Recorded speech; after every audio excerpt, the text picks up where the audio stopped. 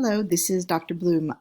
I am here to lead us through some pushback, feedback, information about what girls can say and do to stand up to bullying. We just looked at a section about relational aggression, type of aggression particularly played out with girls according to the literature. The author of this article in Psychology Today is an expert in relational bullying. All right, so we know that relational aggression between girls happens, kind of those in-betweeny places during the school day.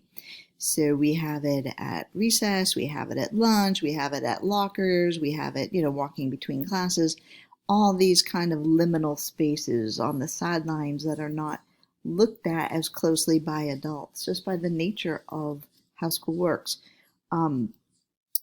Maybe at the end of today, I'll put up the whiteboard, or if you're at home listening to this, take a piece of paper and start to sketch out maybe a new design for a school, an environment that would limit the amount of this liminal space where bullying happens. I mean, why not use environment to control behavior? We know that we do that with prisons, and I'm sorry, but maybe in schools we do that. We, misdesign schools and facilitate relational aggression.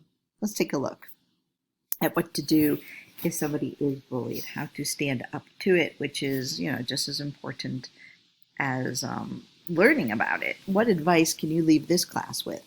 The first tip that she has, step one, don't go it alone. This is mostly just about making sure you tell on the kids that are bugging you. So encourage your daughter, sorry, I can kind of outline this, encourage your daughter to tell an adult when she's being bullied and to enlist that adult support. So telling the right person, helping to identify the best person that your daughter can say that she's being, experiencing this kind of bullying, the lessening of her power and the elevating of somebody else's power as defined by a video we just looked at. It says, while there are cases while adults fail to acknowledge the seriousness of the situation, it is more often the case that grown-ups are not aware of what is going on. So we need to be sure that telling is okay and be clear in teaching that telling an adult about bullying is not a mark of cowardice, but rather a bold and powerful move. That's interesting. So let's make sure that we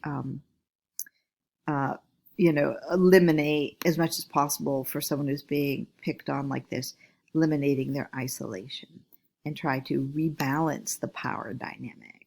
Somebody powerful on their side, ergo, they are more powerful. Okay, let's take a look at step two, don't wait. The longer the bully has power over a victim, the stronger the hold becomes. So it says here, it begins in a mild form, name-calling, teasing, or minor physical aggression.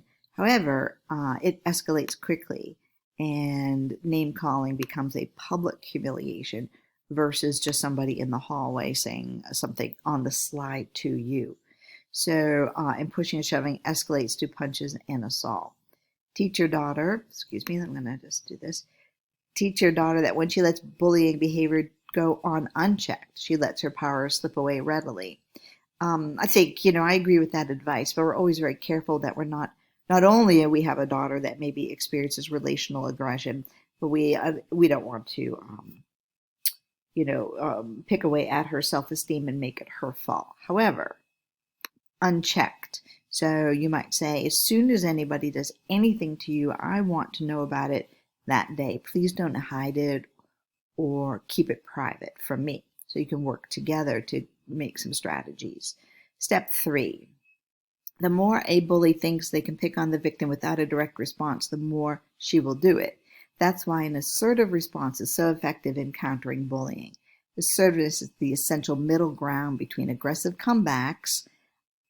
You try to up the ante, so if someone says, you're a blah, blah, and you teach your girl, well, you're a bigger blah, blah. No. The bully has strategies of bullying that are more, do you ever look at, in The Office, Mindy Kaling, showing how to give a how to throw shade or something. Yeah, she is. That is. If I can find that scene, I will try to find that. They're always better than you are. I cannot, in other words, ever think of anything better to say. Nope. Um, Assertiveness is the essential middle ground between aggressive comeback. Where I did something clever. Oh, yeah. Sorry about that. Um, let's see, Abby. Where'd you get your outfit? The clearance rack? Response one. Yeah, my mom made me wear it. I love what you have on though, Abby. You always look so awesome. Two. I got it out of your closet, bitch. Three. Knock it off, Abby. The first response feeds the bully just what they want. Like you always look so awesome. By complimenting Abby F such an obvious put down, the target hands herself over, saying, "Reject me again, hurt me some more. Whatever you say is okay because I'm so desperate to be liked." Huh? I'm bad at this personally. The second response challenges Abby to escalate her aggression. Snappy, humiliating comebacks invite bullies to keep the conflict going and turn up the heat for the next round. Whoa, yeah, so no, not number two. The third response is assertive, letting Abby know that the victim does not intend to be victimized. It does not seek forgiveness, but does not pose a challenge either. It is simple and unemotional. Wow, okay.